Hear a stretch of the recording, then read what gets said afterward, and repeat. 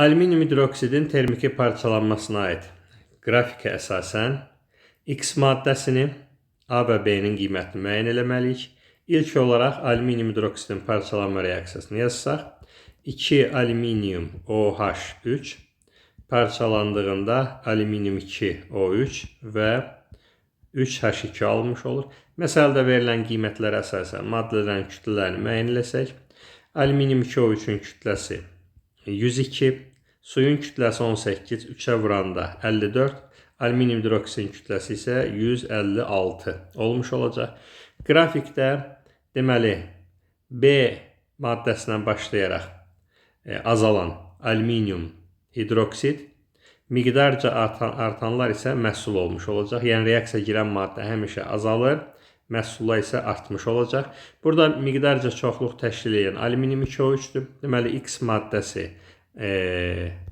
alüminium 2O3, Y maddəsi isə su olmuş olacaq. Bunların kütlələr arasında fərqin 8 qram olduğu göstərilib. Məsələ üzrə 102 və 54, bu fərq 48 qramdır. Deməli fərqin 8 qram olması üçün bu kütlələr deməli 48/6, 8 ilə 6 dəfə azaldılmalıdır. Deməli su olacaq onda 9, alüminium 2O3 17, alüminium OH3 isə 26 qram olmuş olacaq. Deməli miqdarca çoxluq təşkil edən alüminium 2O3-dür. Yəni X maddəsində soruşulan alüminium 2O3 onu müəyyən elədik. Qalır A və B-nin miqdarını müəyyən eləmək. A maddəsi Y suya aiddir. Onun da 9 qram olduğunu bilirik. Qalır B-ni müəyyən eləmək.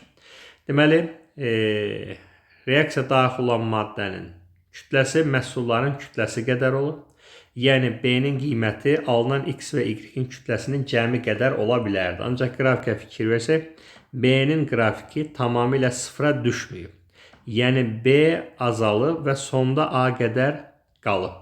Deməli, məhsullar alınandan sonra başlanğıc maddə yenə də A qədər qalıb. Deməli, başlanğıc maddənin kütləsi, yəni B-nin qiyməti 26-dan əlavə 9 qram, yəni A qədər də qalıb. Deməli, başlanğıc maddənin miqdarı 35 qram, B 35, A-nın qiyməti 9, X maddəmiz isə alüminium 2O3 olmuş olacaq.